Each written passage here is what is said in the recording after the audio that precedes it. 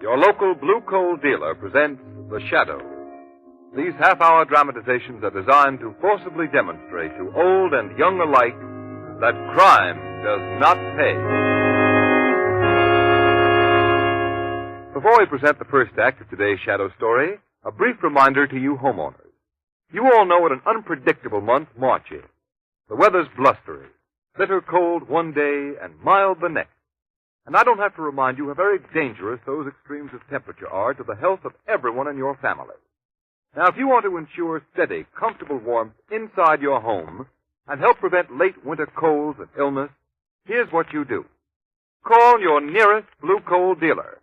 Get a supply of blue coal, the quality-tested hard coal that guarantees you steadier, more healthful heating performance and satisfaction. Don't gamble with just any ordinary coal. Insist on blue coal. Ask for it by name. It's the coal that's trademarked blue, so you can identify it at a glance. It's the coal that will give you better heat with less furnace attention. As our story opens, we find Lamont Cranston with his friend Margot Lane in his apartment, busily turning the dials of a shortwave radio receiver. Margot, a few nights ago, I came across a very peculiar noise on the radio. Couldn't figure out what it was, so I got my recording set out tonight, and I'm going to make a record of this strange broadcast. Yes, I remember when you first got the recorder. We recorded everything we could think of. It was a lot of fun. Yes, particularly our duets. Oh, listen, there it is. Start the machine. We'll record it right now. The oddest thing I've ever heard. It doesn't make any sense. I can't make head or tail out of it. Doesn't sound like a human voice. Yet it's... Wait. I'll play our recording back on the phonograph. See, now, wait a minute.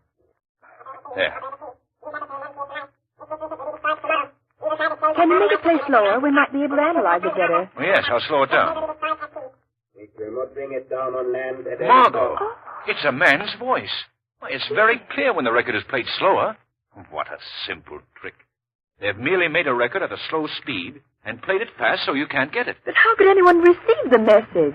They must have a recording outfit like mine and play it back at the low speed.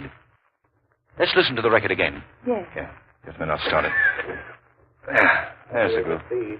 Operator speed. New battle plane lands here tonight. This mystery ship will be destroyed tomorrow. Margot. We will fly this plane to the Gordon Lightship and then 10 miles due south. Gordon Lightship? We will cruise to that point in our boat and pick us up. This plane will be destroyed at sea. What do you suppose? We cannot bring it down on land at any cost. It will never be recovered.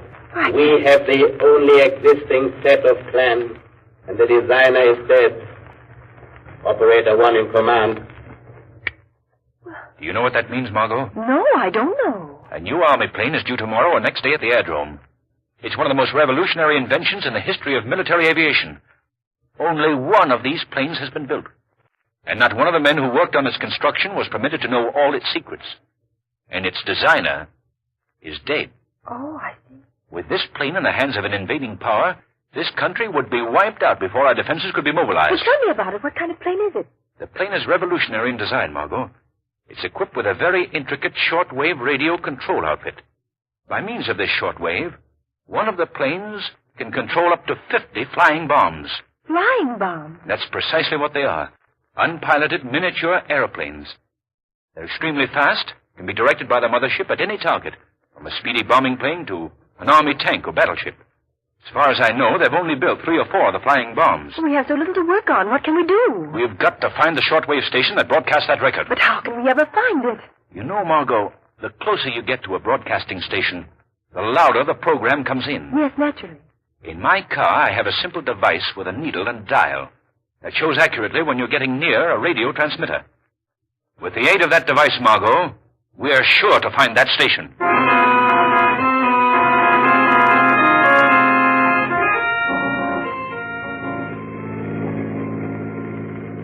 I don't think it's any use to go any further west, Lamont. And what does the dial read now, Margot? It's down to 9. Well, we'll go southeast now. The signal is getting stronger, Lamont. The dial reads 20 now. Good. Covered every inch of the city. There must be a road that goes further east from here. Well, the only place I know east of here is Robbers Reef. Do you think it could... Oh, it couldn't be out there. Why, there's only an old tumble-down house on the reef. I think you've hit it, Margot. How do you get there? There's an alley between a couple of these buildings here that leads out onto a sort of short, narrow sandbar connecting the mainland with the end of the reef. Is that it there between those old buildings? So hard to see in this fog. There. Yes, that must be it. We'll try anyway.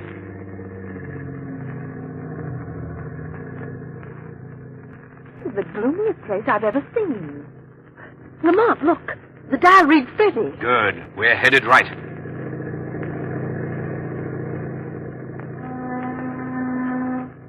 Margot, I'm going to stop here. Now, you stay in the car. Keep the doors locked till I come out of the house. Please don't go in there, Lamont. I won't, Margot. But I think the shadow will pay a call.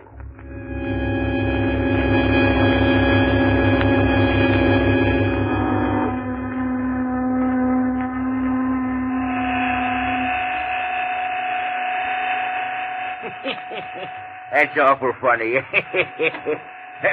What was that? Who's there? Only the shadow. The shadow? Well, who are you? Where are you hiding? I can't see you. I'm hiding in the shadows, where no man can see me. What'd you come here for? What do you want? I came to listen to you play that record you have in your hand. You can't do it.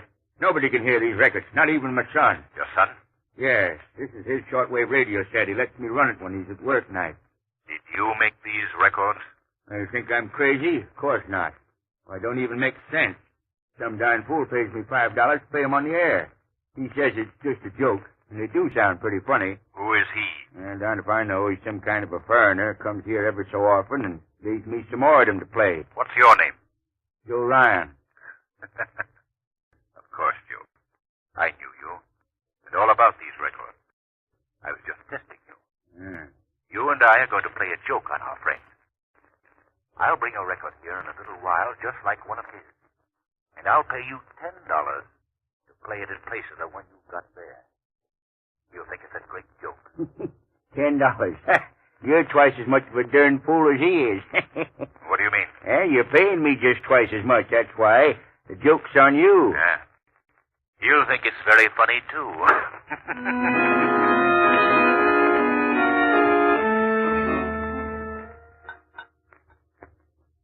Well, here's to you, Corbin. I guess our work's about done. Tomorrow the Army's new plane will disappear, and so will we. Yes, Borla. We'll be all finished up. It's been a pleasure working with you. Perhaps your methods are a bit ruthless, but they produce results. Shall we listen into your last shortwave broadcast recorded, just as a souvenir? No, it's time for it now. All right, tune it in. Such a simple idea, that high-speed recording. No one in the world can understand that. Wait a minute. Listen, there's something wrong with that message. It's a good thing we are recording it. I think it's your imagination, Borla. It sounds like all the rest of your records. I know what my voice sounds like even at high speed. Now, play the recording back at the slow speed. Mm-hmm. Listen. Operator 1. Operator 1. Your plan to steal the new Army bomber Sounds has very been discovered. strange. If you do not want this plan not my revealed, come at once to Joe Ryan's shack on Robbers Reef. If you want your secret to remain a secret, come immediately, for I have things of grave importance to discuss with you. I'll be waiting for you, Operator 1.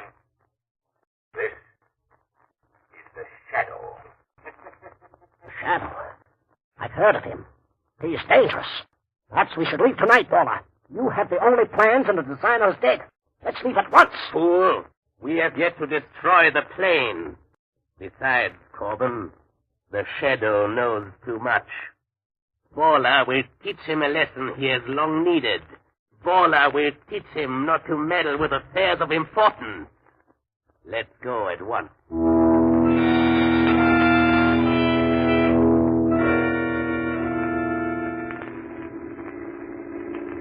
Don't drive so fast, Corbin. This fog is pretty thick. But you told me to hurry. Yes, but it would be a pity to disappoint the Shadow.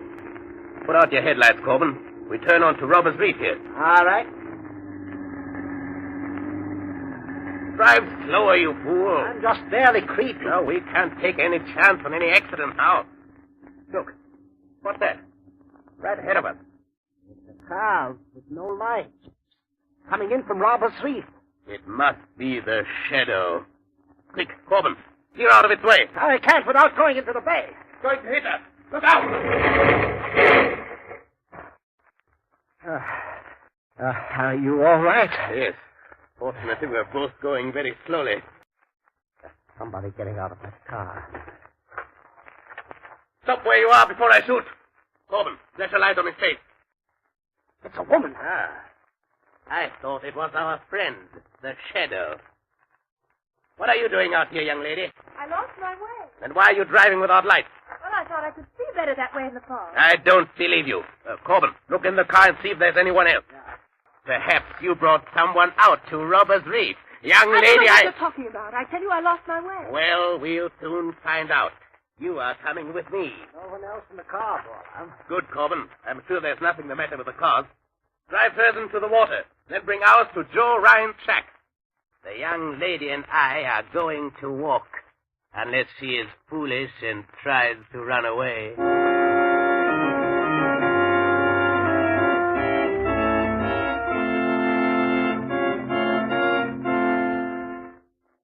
The Shadow's adventure continues in just a moment. You know, friends, it's true that nothing succeeds like success. In fact, nothing proves the merit of a product or the claims made for it as conclusively as its sales record. And the fact that Blue Coal ranks first in nationwide volume of sales is proof that it is a better anthracite.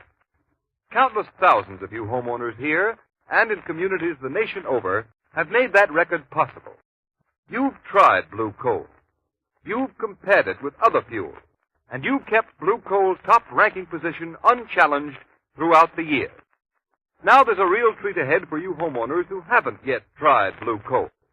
There's the satisfaction of knowing you're getting the most in heating comfort that money can buy when you order Blue Coal by name. For the harmless blue coloring which identifies Blue Coal also guarantees you far better quality, far better all-around performance. Just try Blue Coal. Compare it with the coal you're burning at present. You'll see why Blue Coal is America's largest selling anthracite. You'll join those thousands of satisfied homeowners everywhere who know there's no substitute for Blue Coal for better heat with less furnace attention. So call your nearest Blue Coal dealer. His name is listed in the Where to Buy It section of your classified phone directory under the words Blue Coal.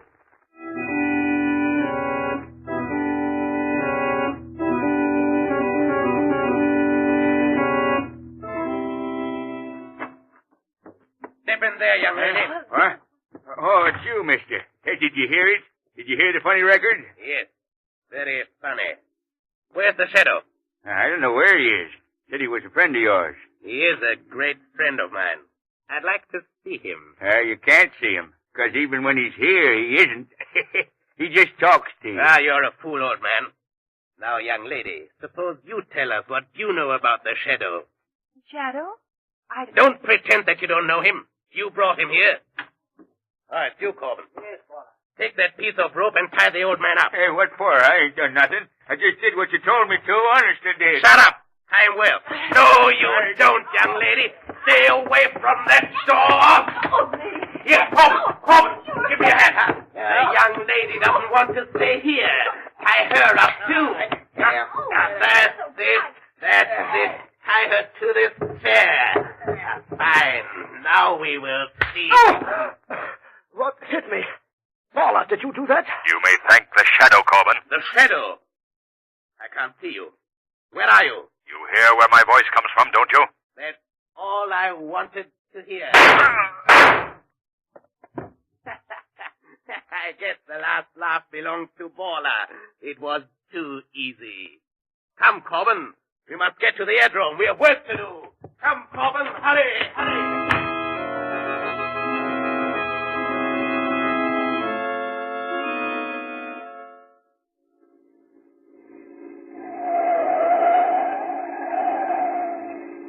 Hurry, Corbin. The X-1 should land just at dawn. It will be light in a few moments. I'm doing the best I can.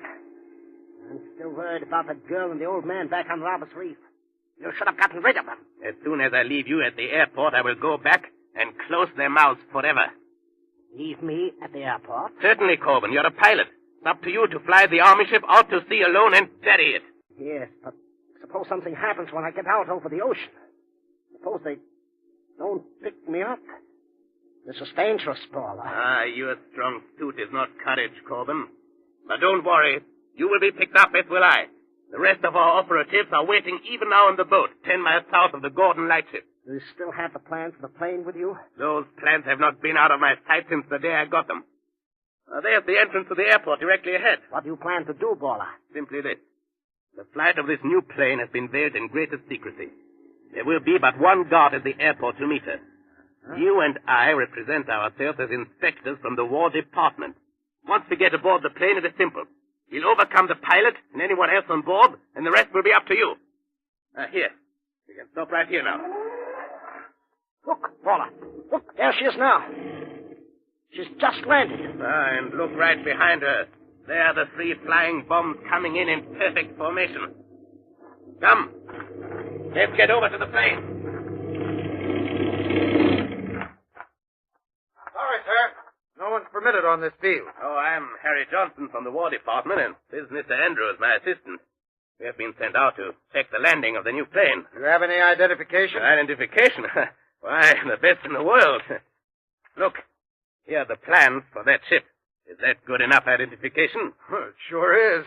Who is piloting her? I believe Lieutenant Flynn, sir. Well, I'd like to get his report as to how she handled on her trip east. Well, there he is, just coming out of the cabin. Oh, Lieutenant Flynn. Yes? Mr. Johnson and Mr. Andrews from the War Department, sir. We came up to get your report on the flight firsthand. Did you fly in alone? Yes, sir. She handled beautifully in the air, and the flying bombs responded perfectly. I've gone over these plans here, of course, but I would like to step into the cabin and see what it looks like. Certainly. Right this way, sir. The pilot sits up ahead here in this heavily armored cockpit. Now, by closing this metal door, he can be shut off completely from the rest of the ship. What is the purpose of that, Lieutenant? It's just an added armor protection for the pilot and the shortwave mechanism that controls the flying bomb. But, Lieutenant, can the pilot communicate with anyone in the other part of the ship when the door is closed? Yes. Step into the cockpit here. Now, you see this microphone? Yes. That's connected with a loudspeaker installed in the rear of the ship so that the pilot constantly can be in contact with the rest of the crew, even if the armored door is shut. Where's the equipment for the control of the flying bombs? That's right here, sir. Uh-huh. See this dial with numbers up to 50? You just set the indicator at any one of the numbers, and that throws the flying bomb of that particular number in line with the corresponding controls, so that it can be manipulated separately. And these 3 dials here control speed, direction, and altitude. It's perfectly simple. Is there anything more I can show you, sir? No. You have been a great help, Lieutenant. What is that switch in back of us? Oh, this? Why, that's the... Oh! All right, Corbin, take off immediately. As soon as you get in motion, I'll push the pilot out and jump out myself and tell the guard that you are running away with the ship. All right. There. There you go. Now, hurry, Corbin. Take her off. Good luck, Corbin. I'm going to jump now. Help! Stop! Help! Stop!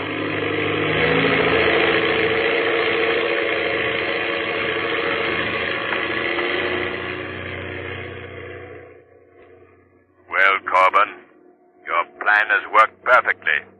Up to now. What? Who said that? The Shadow. But how did you get here? I came with you in the car from Ryan's shack on Robbers Reef. You cannot escape from the Shadow. But Paula killed you. No. He only shot at my voice.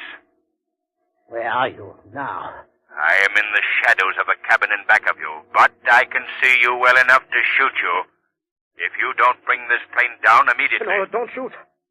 I'll bring it down. Only don't shoot. Open that door. Open that door, I tell you. Well, Mr. Shadow, you can shoot your heart's content. Perhaps you heard Lieutenant Flynn say that the pilot's cockpit is well armored. Corbin, bring this plane down. I'll bring it down all right. The 3 flying bombs in the ocean 10 miles south of the Gordon Lightship. But when the plane lands, you will land in it alone. For I will leave it by parachute before it goes into its last power dive. What do you think of that, Mr. Shadow? Why don't you speak? Shadow, can't you hear me? I hear you all right, Corbin. And thanks for the suggestion about a parachute. It was nice of you. I'm going to leave you, Corbin, but not for long. I'll chase you to the ends of the earth.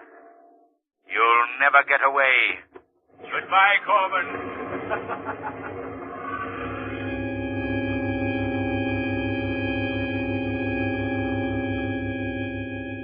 What's the matter with those mechanics? Can't they get that pursuit ship started?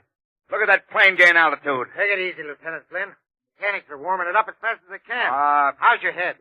You got a nasty crack. It's all right. It's all right. Wait till I get my hands on that guy. Where did the other one go to? In the excitement, he ducked into a car and beat it. You send out a police call? Sure, first thing. Hey, look.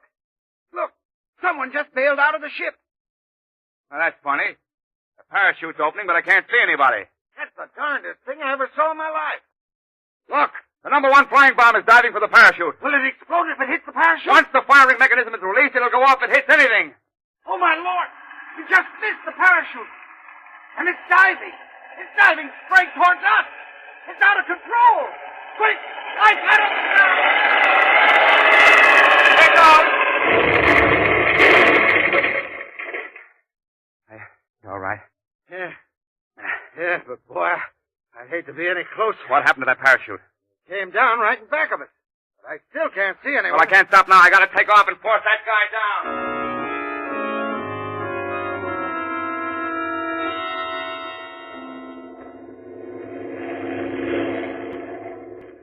Lieutenant Flynn. Huh? I'm hearing things. Boy, must have gotten a worse smack on the head than I thought. No, it's not your imagination, Lieutenant. You're hearing the voice of the Shadow. The Shadow? Well, who are you? Where are you? How did you get here? I'm in the cockpit right behind you. We have no time for explanations. Lieutenant, you and I have caught up with a gang of international spies. Oh, so that's their game. Well, how do you know this? I've been with them all night, followed their every move. Perhaps you saw me bail out of the stolen plane. Yeah, and you nearly got blown to Kingdom Come by that flying bomb. Too close for comfort. What is your first move, Lieutenant? Well, I'm going to fly close to the stolen plane and call by radio. And if that crook won't listen to reason, I'll force him down. Good. You're almost close enough now. Yeah. He sees it. Look, one of the flying bombs is turning. It's heading right for us. Can you turn out of its way? I'll try.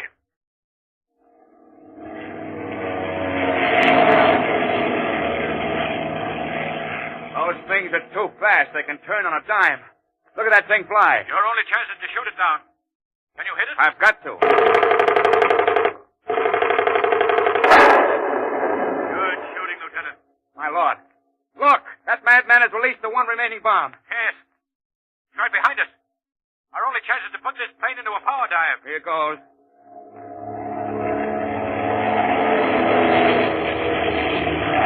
Lieutenant, it's still right on our tail. If I could only get to that rear machine gun. I'll handle it. You know how to use it? Yes.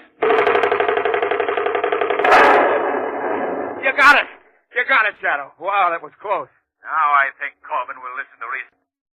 I'll call him by shortwave. Calling plane X1. Calling plane X1.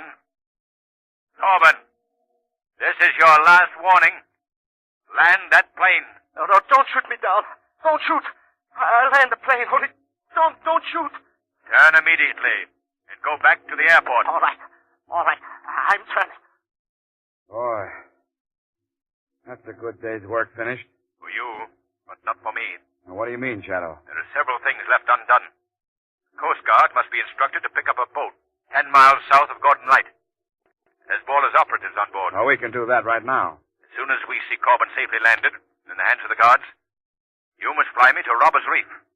Baller's headed there, and he must be captured. I'll call the ground at once and have the police notified to follow up.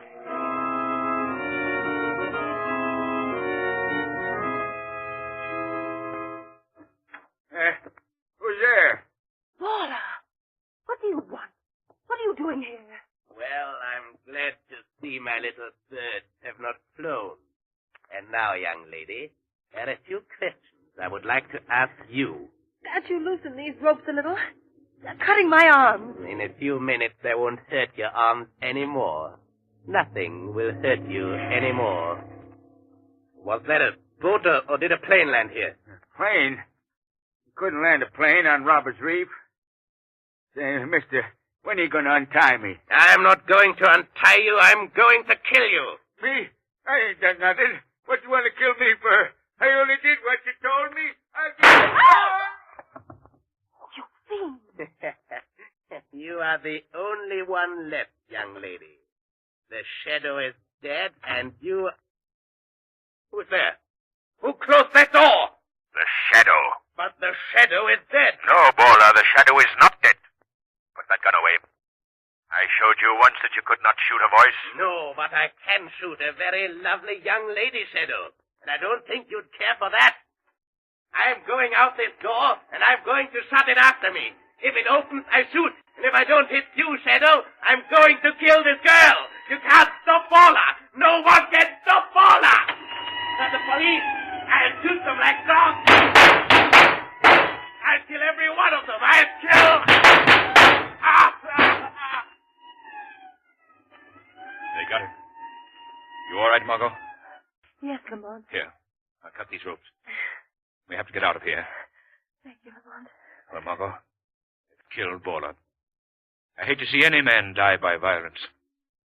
But if that man dedicates his life to the evil task of plotting and espionage against a friendly country, he faces but one fate. And that fate is justly death by violence.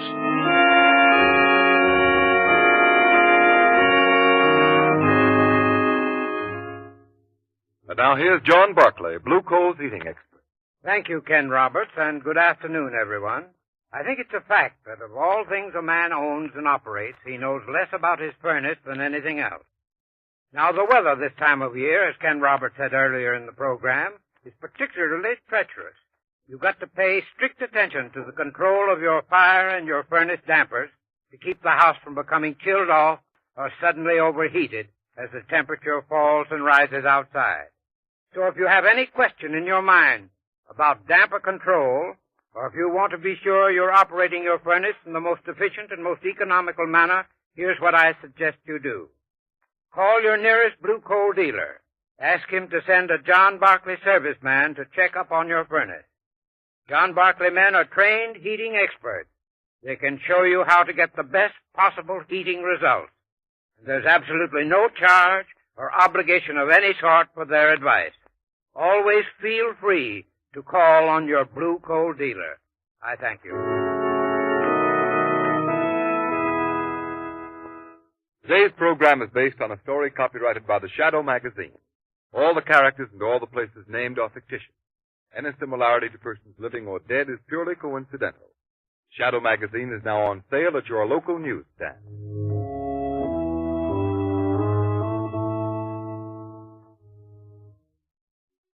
The weed of crime bears bitter fruit.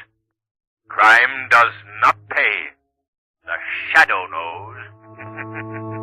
Next week, same time, same station, Blue Coal, America's finest anthracite, will again present another thrilling adventure of the Shadow. Be sure to listen, and be sure to burn Blue Coal, the solid fuel for solid comfort.